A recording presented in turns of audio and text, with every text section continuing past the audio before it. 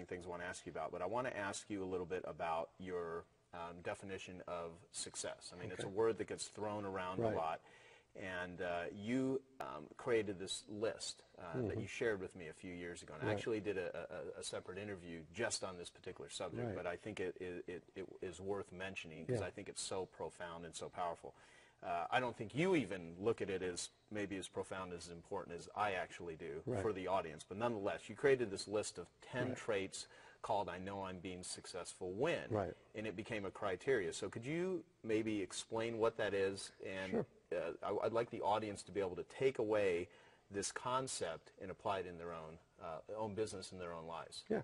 So where that came from was this observation that I had that there's always more. You know, there's always another level. There's when you reach a level of success, you always sort of, you think about it yourself. When you first start out, you just get out of school and you're, in your early 20s and you're thinking, man, if I could just make $100,000, that I can't imagine how I'd spend that all. That's a lot of money. And you get to $100,000 and then you start thinking, man, I wonder what it'd be like if I could make 500,000. Then I'd really be living, and then you get to 500,000 and you're like, wow, $1 million. Can you imagine $1 million a year? And then you get to $1 million a year and you see all around you, because as you're going, I think your reference group changes too. Absolutely. You start seeing people that have all kind of come up together, or, you start hanging around other people that, make $1 million, but then you're hanging around people that are making $3 or $4 million. And it's, it's never ending. And so what I really started to look at that point was to say, well, let's kind of push the accelerator pedal here and just go up ahead and see, like, how am I going to know when I get there? How am I going to define success? Because it's so easy to define success by all the other people around you and the next level, and not really appreciate what it is that you have right now, and knowing that being future-oriented like that is always going to, be a future-oriented thing. You're going to get up, but as Dan Sullivan says, the horizon changes. You never reach the horizon, because when you get closer now, you've got a different vista. It's still out there. Exactly. So having, for me, my own definition of success, so it's a self-referential thing. So I look at it and say, well, so what is it aside from an amount of money, or aside from an accumulation of things? What are the feelings or the being of being successful?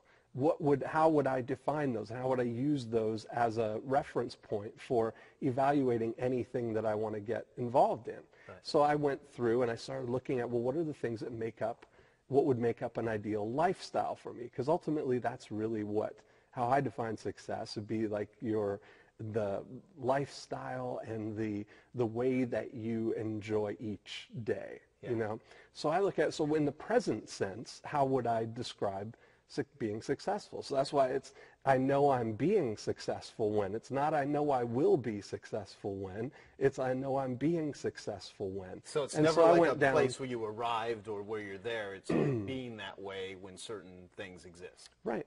So I look at it. So for me, some of those things on my list, and I've worked with you on putting together your list, but for me, some of those things were, I know I'm being successful when I can wake up every day and say, what would I like to do today?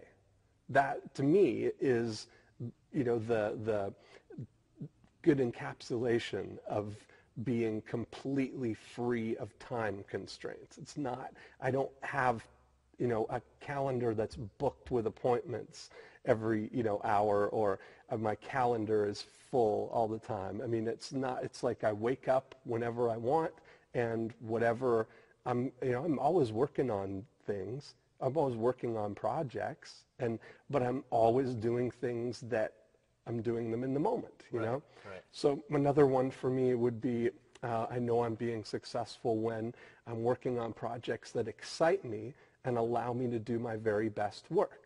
So you're still allowing to push yourself and stretch yourself and develop new capabilities and, do things that are equal to the ability that you have or a little bit beyond the ability that you have, so you continue to grow. Right. But I'm not obsessive about it. I'm not getting out of my league. I'm not getting into things that are going to create lots of these headaches for me.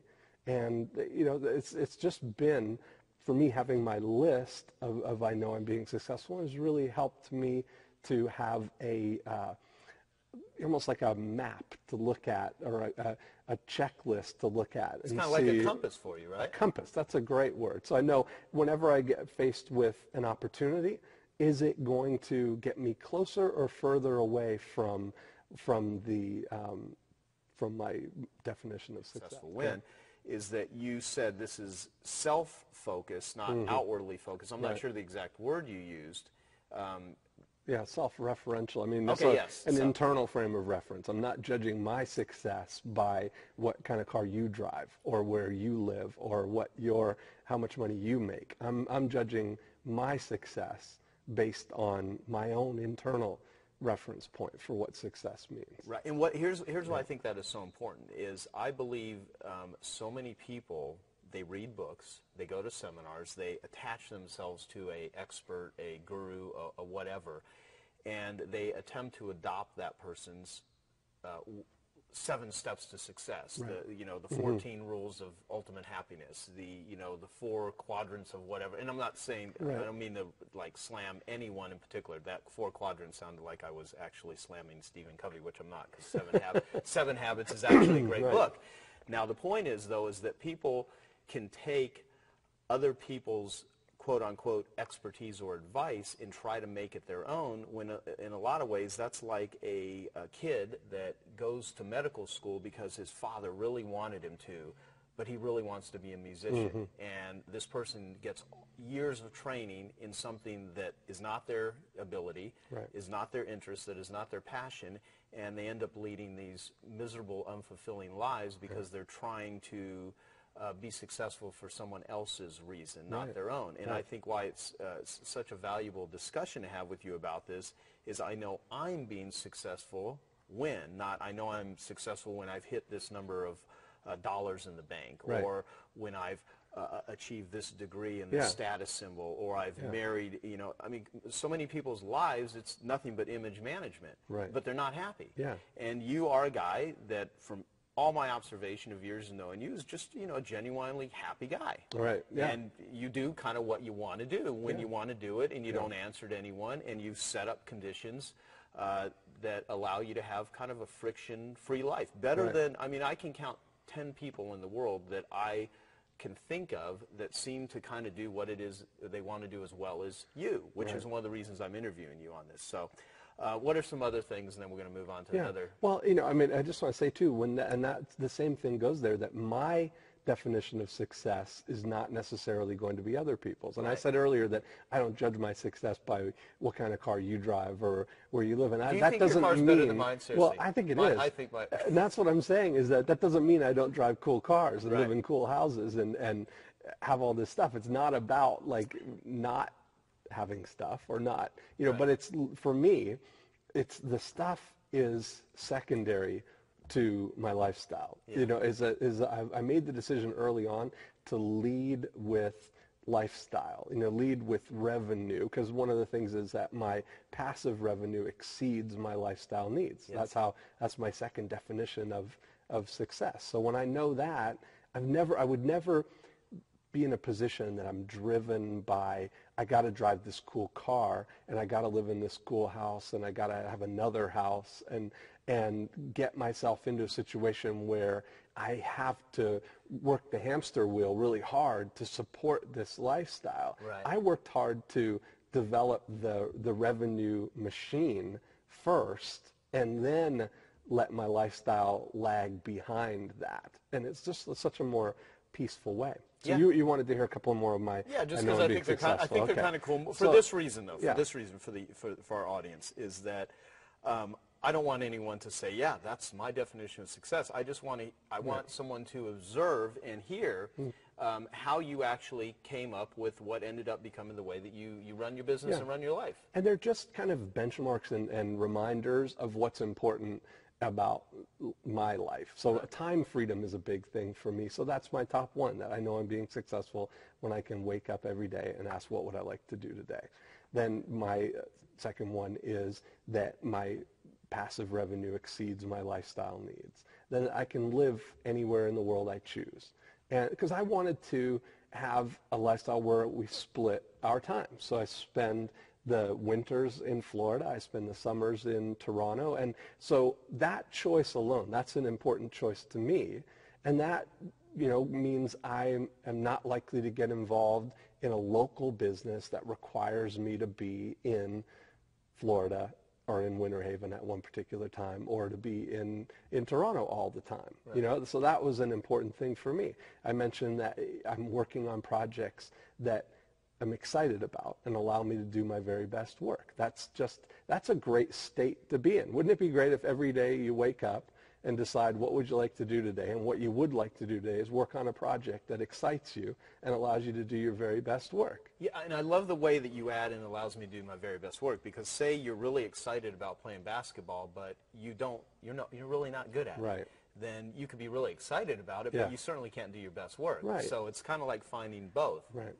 Yeah, okay. And my very best work is not time bound either. I mean, my very best work today is not going to be my very best work and capabilities 5 years from now, because right. I'm constantly growing. I'm better now than I was 5 years ago, because right. You know different things. You have different distinctions. So a couple more, there are no whiny people in my life. No whiny people. Right. And that's, so I look at that, I want to be hanging around people that are, you know, that are cool to be around, and that I'm not beholden to anybody or in a situation where I have to take somebody's whininess, you know, yeah, like, because like energy drainers, because we have a client relationship or whatever. And a lot of people get into that where they, you know, because their lifestyle depends on them making a certain amount of money. They've got a client who has a lot of, you know, revenue percentage in their business, and they're whiny, and they have to, you know, continue on with that client because they mean such a big piece of their revenue. Yeah, you know? And people put up with an enormous amount of shit because of that belief. Yeah. So I go on and say, so I can wear, yeah, no, exactly. Right. So I can wear whatever I want at all times. And I've noticed, by the way, that you can wear whatever you want. Yeah, but you know, it's funny when I say that, because I wear the same thing all the time. And well, no, here, this is funny. Let me stop you there for a moment. We had this conversation last night. It right. never occurred to me, and I've known you for the longest time, but this is, you know, you kind of always I just started that maybe 3 years ago. Well, you're always wearing black shirts yeah. and like tan shorts right. and baseball caps. Yeah. Not always baseball caps, but most of the time you have a cap on. Yeah. And it's usually black. Yeah. And you were talking about Steve Jobs having his uniform. And right. like, well, somebody pointed that out to me afterwards, because I've been wearing this uniform, and then I saw somebody sent me an article that was billionaires in their uniforms. And it was, you know, I had never thought about it before, but, right. You know, Steve Jobs always wears the same thing, the black mock neck and the jeans. And Larry Ellison wears the same thing all the time. Albert Einstein wore the same thing all the time. And I've just kind of adapted it as, you know, something for me. Right. And okay. Yeah. Well, I think it's hysterical. So you were telling me that you own how many of these shirts? I probably have like 30 of these shirts. I've got about 10 pairs of these shorts and about 10 or 12 of these hats. And it's you know, we're the same underwear, the same socks, and not so, the same underwear, the same style. No, but it's kind of freeing, you know. I mean, nothing in my life really, you know, depends on me wearing anything but this. Well, first off, this has been bothering me, because I thought about it last night. I thought about it today, and I was like, you know, if you only had to, like, not have to think in the morning about what to wear in different colors and this and that, and try certain things on, you know, that would actually simplify your life. But there's another side of me. It's like, I don't want to be wearing the same thing walking around all the time. But I've really thought about, God, you know, it's an interesting concept, and it doesn't much matter what your reasons are. The point is, I think the end result is you want a friction-free life without hurdles, without restrictions, in anything that you can do that just makes life a little bit easier. Yeah. Simplicity. Right. I mean, that's the thing. There's something about that. So you know, I wear my watch for curiosity only. That's one of my other success things, and that's something that, you know, to me, that symbolizes that I'm not going to be in a thing where I have to be constantly aware of the clock to get to the next appointment, or, oh, I've got this conference call. For me, having one thing on my calendar that is a time commitment is a blight on that entire day to me. It's like this speed bump in my day. And I don't know how, I mean, sometimes that's, for me, that's just a thing that I have. Some people, I have a friend who's a mortgage broker, and his ideal is to have appointments booked, you know, on the hour, back to back to back. And for him, that's his definition of success, where he comes in and he's got all his appointments lined up. And, you know. Well, okay, so there could be people on there going, oh my God, you know, I would, that's what I want. And a lot of times they could be trying to adapt your value system, because you're kind of talking about it and it sounds kind of cool. Right. And, you know, they also are faced with the question of, you know, well, how do you really know? I mean, what advice could you give for people out there that wanted to develop their own, I know I'm being successful when? One of the ones that I came up with after spending, I should actually tell the story. I went to Toronto, and I was going to Strategic Coach, which is a program I'm in with Dan Sullivan, who's an awesome guy. And I decided to stay in Toronto for a few days, and I stayed at the home you have in Toronto. And I asked you and your wife, you know, do you guys got an alarm clock? Because I was going to get up in the morning and try to go work out. And you looked at Sony, your wife, and you're like, do we have an alarm clock? And she's like, this blank stare, like, I don't think so. And you look at me, you're like, you know, we don't have an alarm clock. And I'm thinking you're screwing with I know, me. it's so like, funny. I mean, it didn't even, it had never come up.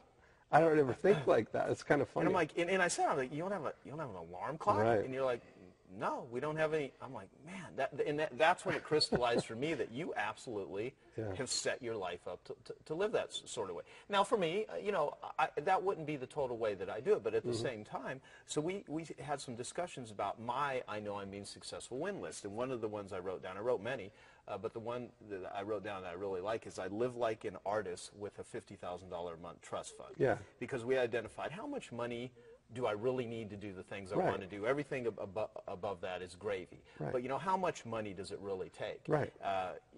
And so I thought, you know, the perfect thing would be to live like an artist, doing what I want to do, using my creativity, using my abilities, and have money. Yeah. Because, you know, artists without money, that's why they're called starving artists. Right. And a lot of people, they try to do what it is they want to do, but they haven't got the money part figured out. Yeah. And if you don't have the money part figured out, you don't really have freedom. And a lot of business owners, I think most business owners really get into business because of freedom. A lot don't think of it that way. Absolutely. But, you know, What's more free than being an artist? I mean, that kind of expression is, you know, that's a life metaphor for me. That's the way why I've adopted that of you know, being like an artist with a $50,000 a month trust